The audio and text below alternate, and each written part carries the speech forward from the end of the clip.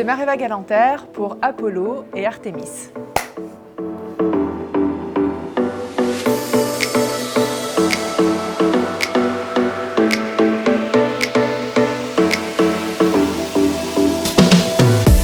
Tous mes rêves se déroulent à Tahiti, c'est un truc assez incroyable.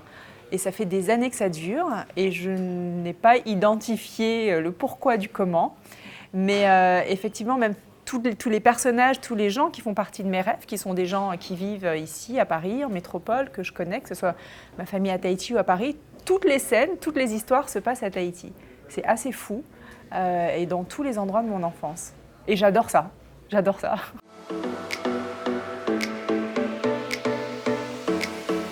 Alors c'est compliqué de manger ce qui est traditionnel polynésien en métropole, à Paris. Parce qu'il n'y a pas les ingrédients tout simplement, il n'y a pas les fruits ou les légumes ou les racines ou l'eau de coco tout simplement, par exemple pour faire des frits qui sont des beignets à base d'eau de coco. Il n'y a pas tout ça ici, donc c'est pas possible. Mais quand je retourne à Tahiti, je ne mange que ça évidemment, je suis full repas tahitien. Mais quand je suis à Paris, eh bien écoutez, un bon chausson aux pommes, j'adore ça, un bon croissant évidemment. Les viennoiseries ici à Paris, c'est quand même un grand bonheur. Donc je suis très parisienne ici.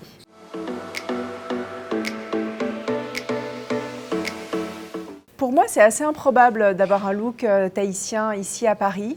Je crois que j'ai dû le faire au début de mes années, au tout début, quand je suis arrivée à Paris peut-être. Je continue à mettre des petites robes à fleurs. Mais maintenant, non. Je suis en train de réfléchir en même temps, mais je pense que vous aurez du mal à me croiser habillée en tahitienne à Paris. Et puis vous aurez du mal à me croiser habillée en parisienne à Tahiti, à l'inverse.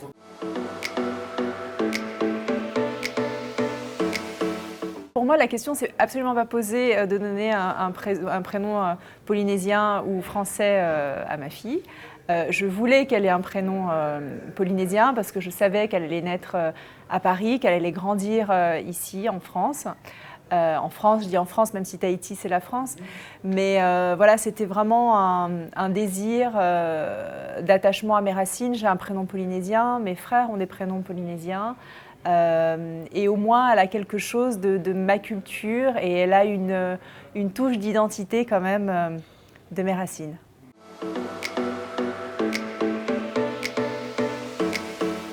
J'ai une passion pour les plats traditionnels polynésiens. Le him'a dont vous parlez, c'est le four traditionnel qui est creusé dans le sable avec des pierres recouvertes de feuilles de bananier. C'est tout un rituel. Toute la nourriture y est entreposée pendant des heures et des heures. C'est cuit, il y a un fumé et une odeur incroyable et un goût incroyable, ce qui est absolument impossible à faire évidemment ici. Alors oui, j'y suis très attachée quand je suis à Tahiti.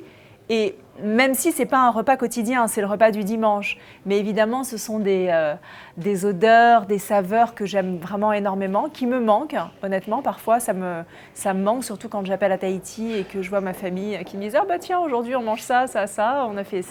Bref, j'ai un petit pincement au cœur, mais… Vivre à Paris, vivre en métropole, avoir la chance de voyager, c'est quand même absolument délectable. Tous les plats, tout ce qu'on peut avoir, l'éventail de propositions gastronomiques est assez dingue. Et on peut, même si on ne mange pas tahitien à Paris, on peut manger français, italien, japonais, coréen. Enfin, on ne s'ennuie pas. Donc, je me rattrape quand je suis à Tahiti.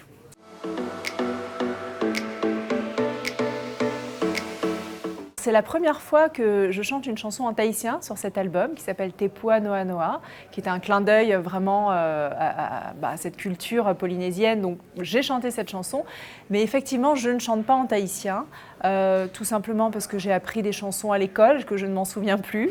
Il faudrait que je m'y replonge, mais je ne m'en souviens plus. Donc j'ai plutôt tendance à chanter des chansons en français ou en anglais.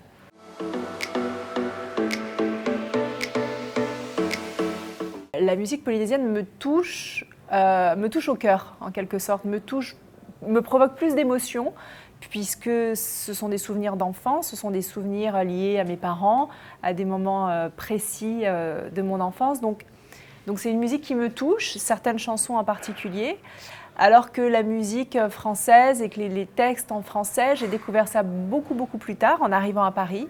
Donc ça ne fait pas partie de ma culture. Alors ce sont des souvenirs aussi pour des moments de ma vie que j'ai aimés, des moments précis. La musique donne des émotions, de joie ou de tristesse, ça dépend des souvenirs. Mais du coup, la musique avec des paroles en français, la musique française, m'émeut moins, me touche moins parce que je l'ai découverte beaucoup plus tard.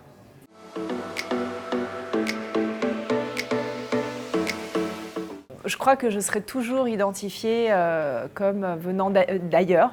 Je serai toujours identifiée comme venant de Tahiti. Je crois que c'est ancré en moi, ce qui me convient évidemment parfaitement puisque c'est qui je suis. Les gens verront toujours ça en moi. Je pense qu'ils verront toujours ce côté Tahiti, bien que physiquement je ne le sois pas vraiment. Oui, je pense que je resterai toujours la Parisienne venue de Tahiti en quelque sorte.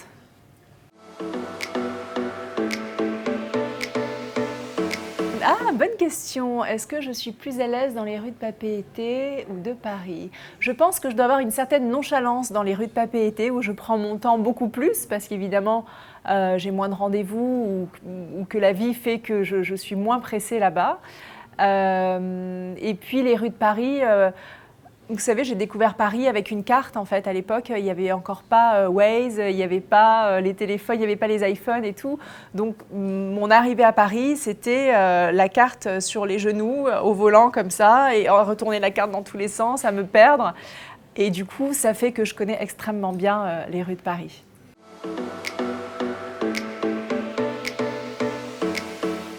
Un mot favori, je ne sais pas, mais un mot... j'ai du mal à dire au revoir en français, en fait, quand je téléphone à ma famille. Au revoir, on le dit nana en tahitien. Et je crois que j'arrive jamais à leur dire au revoir, en fait, avant de raccrocher. J'ai l'impression que le au revoir prend une tournure dramatique. J'ai l'impression que c'est un adieu, alors que le nana vient absolument spontanément et facilement.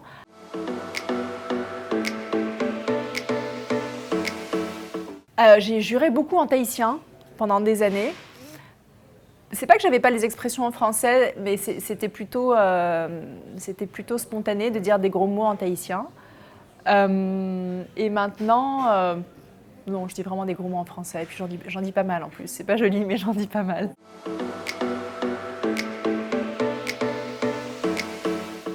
Alors un artiste tahitien, je vais citer Eto, qui est un auteur-compositeur tahitien, avec qui je fais un duo sur mon album, sur une très jolie chanson qui s'appelle Les cocotiers en feu.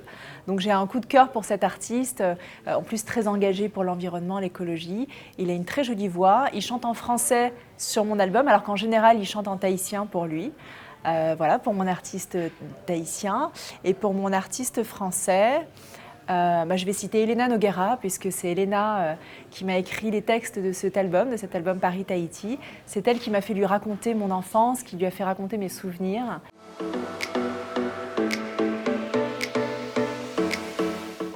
Ah, Paris-Tahiti, c'est de la douceur, c'est de la fraîcheur, c'est un album de voyage. J'espère que... c'est un album qui vous emmène, qui vous emporte. Tout a été enregistré en ce qui concerne les chœurs et les percussions traditionnelles, les ukulélés, à Tahiti. On a enregistré toute cette partie à Tahiti. On a enregistré tous les autres instruments plus traditionnels français, pour le coup, à Paris. Et cette rencontre des deux cultures, c'est qui je suis, c'est la femme que je suis devenue aujourd'hui. Donc il y a une part de tahitien, une part de Paris, de parisien. Et ces chansons en français, à texte, avec des sons de la nature aussi, évoquent vraiment la Polynésie que j'aime, empreinte de douceur.